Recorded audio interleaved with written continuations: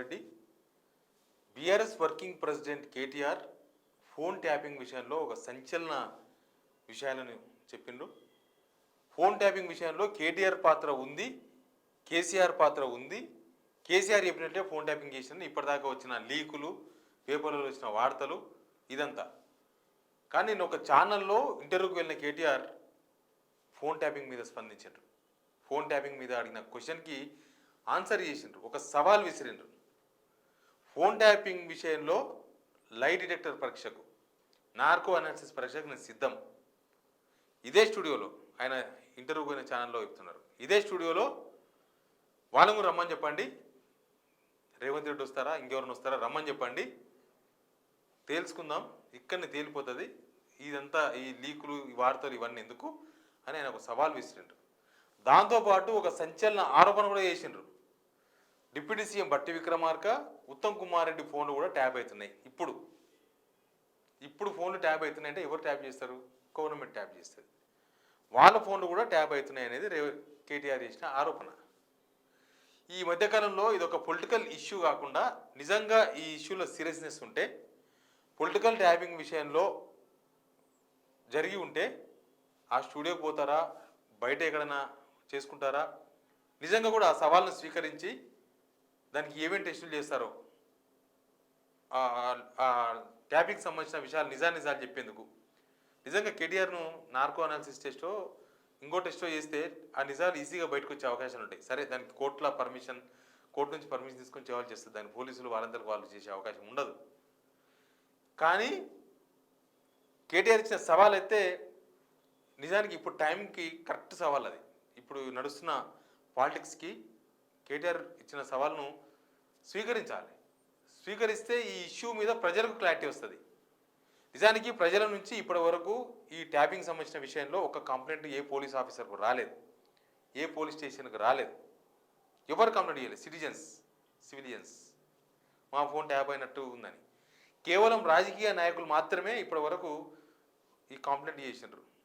ఫలానా ఉప ఎన్నికప్పుడు మా డబ్బులు పట్టుబడ్డాయి, జస్ట్ మా ఫోన్ ట్యాప్ చేయడంతోనే మా డబ్బులు పట్టుకున్నారని ఒకరు, ఫలానా ఇష్యూ బయటపడ్డది, ఓటుకు నోటు కేసు బయటపడ్డది, ఈ ఇష్యూతో అనుకునే చర్చలు, ఆరోపణలు, లేకపోతే ఫలానా బై ఎలక్షన్ అప్పుడు మా డబ్బులు పట్టుకున్నారు ఇన్ని కోట్లని ఇంకొకరు, లేకపోతే మా ఫోన్లు విన్నారు, నా కదలికలు తెలుసుకున్నారు, నన్ను ఓడించేందుకు ప్రయత్నం చేసిండ్రని ఒక ఎమ్మెల్యే.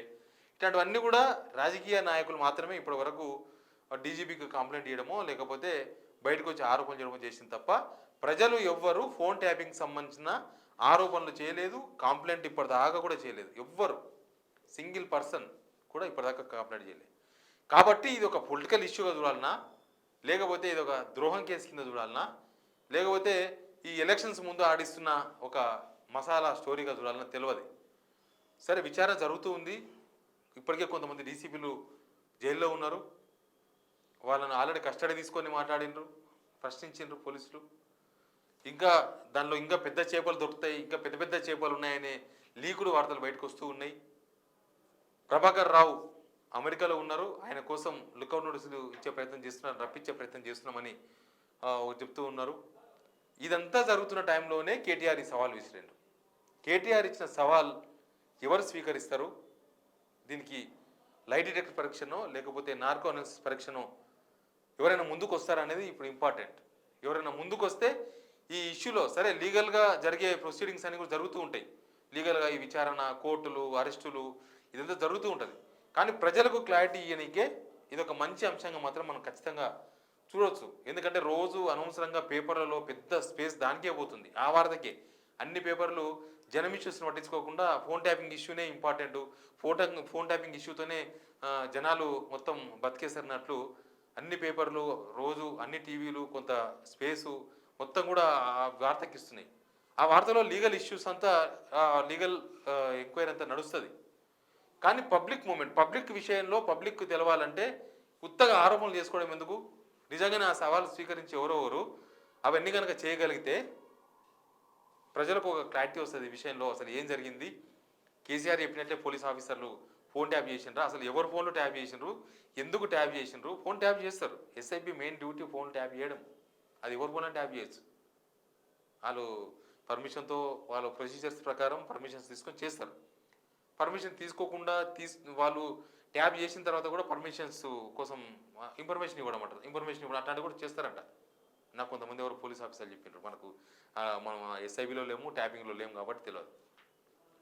కానీ ఇది పొలిటికల్ ట్యాపింగ్ అయితే అందరూ కంప్లైంట్ చేస్తున్నారు కాబట్టి కేటీఆర్ సవాల్ చాలా సబబుగా కనిపిస్తుంది. ఎవరైనా సరే దాన్ని స్వీకరిస్తే అందరు కలిసి, ఇటు అధికార పార్టీ వాళ్ళు, ప్రతిపక్షంలో ఉన్న కేటీఆర్ అందరు కలిసి ప్రజలకు ఒక క్లారిటీ ఇచ్చినట్టు అవుతుంది. దీనిలో వీళ్ళు చేసిన ఆరోపణ కరెక్టా, వాళ్ళు చేసిన తప్పించుకుంటున్న విధానం కరెక్టా, లేకపోతే ఆయన ఇచ్చిన సవాల్ కరెక్టా, లేకపోతే వస్తున్న వార్తలు కరెక్టా, ఇదంతా తెలవాలంటే దీనికి ఒక చెక్ పడాలి. ఆ చెక్ పడాలంటే నిజంగానే ఆ లైటర్ పరీక్ష వాళ్ళు చేయించుకుంటారా, వీళ్ళు చేయించుకుంటారా, ఇద్దరు కలిసి కూర్చొని చేయించుకుంటారా, వాళ్ళు ముగ్గురు నలుగురు కూర్చొని మాట్లాడుకుని చేయించుకుంటారా, ఎవరు చేయించుకుంటారో తెలియదు ఈ నార్కో అనాలిసిస్ టెస్టులు, లైటర్ పరీక్షలు. కానీ ఈ సవాళ్ళను మాత్రం ప్రజలకు ఒక ఆన్సర్ ఎన్నికే, ప్రజలకు ఉన్న అనుమానాలు ఓటనికే, లేకపోతే అనవసరంగా ప్రజల టైం వేస్ట్ చేయకుండా ఒక పాయింట్ దగ్గర దీనికి క్లారిటీ ఇచ్చే ప్రయత్నం అయితే చేసేందుకు పనికొస్తుంది. కానీ ఈ అన్ని పొలిటికల్ సవాళ్ళు చాలా ఉంటాయి. నువ్వు ఇక్కడ గెలిస్తే నేను రాజకీయాలను తప్పుకుంటా అని చెప్తారు. ఎవరు తప్పుకోరు, గెలిచినా తప్పుకోరు, ఓడిపోయినా తప్పుకోరు. సవాల్ అది అట్లా ఉండొద్దు. ఒక సవాల్ అక్కడి నుంచి వచ్చింది, ఇప్పుడు ఇక్కడ నుంచి ఏం సవాల్, ఆ సవాలు స్వీకరిస్తారా, లేకపోతే వీళ్ళు ఏమైనా కొత్త సవాలు విసురుతారా, ఎవరైనా చేసుకోండి. కానీ ఈ ఇష్యూకి మాత్రం ఒక ఫుల్ స్టాప్ పడాలి, పొలిటికల్ ఫుల్ స్టాప్. నేను అనేది పొలిటికల్ ఇష్యూకి ఫుల్ స్టాప్ పడాలి. విచారణ నడుస్తుంది, దాన్ని మనం ఎవరు ఆపలేము, అది నడుస్తుంది, ఫైనల్గా జరుగుతుంది. కానీ ఈ పొలిటికల్ చర్చ అనవసరంగా ఈ ఇష్యూలో అనవసరంగా టైం వేస్ట్ అవుతుంది, అనవసరంగా ఒక స్పేస్ వేస్ట్ అవుతుంది, జనాల కష్టాలు చూపే అవకాశం లేకుండా పోతుంది పేపర్లకు. ఆ పేపర్లు ఇదే ఇంపార్టెంట్ వార్తను రాస్తున్నారు. జనాల ఇబ్బందులు, తాగునీళ్ళు లేకనో, సాగునీళ్ళు లేకనో, పంటలు ఎండిపోయో, కరెంటు లేకనో ఇట్లా ఇబ్బంది పడుతుంటే అవి వాళ్ళకి మెయిన్ ఇష్యూగా అనిపిస్తలేవు. దాని మసాలా లేదనుకుంటున్నాయి పేపర్లు, ఇదే మసాలా అనుకుంటున్నాయి. కాబట్టి కొంత ప్రజల సమస్యలు కూడా పేపర్లు ఫోకస్ చేసే అవకాశం ఉంటుంది. ఈ ఇష్యూను, ఈ సవాల్ను ఎవరు స్వీకరిస్తారు, అక్కడి నుంచి మళ్ళీ అట్లాంటి ఆన్సర్ వస్తుంది కూడా మనం చూడాల్సి ఉంటుంది. బట్ ఆ సవాల్ మాత్రం నౌ పొలిటికల్ సిచ్యువేషన్లో కరెక్ట్ సవాల్గా మాత్రం మనం ఖచ్చితంగా చెప్పొచ్చు. Please subscribe signal TV.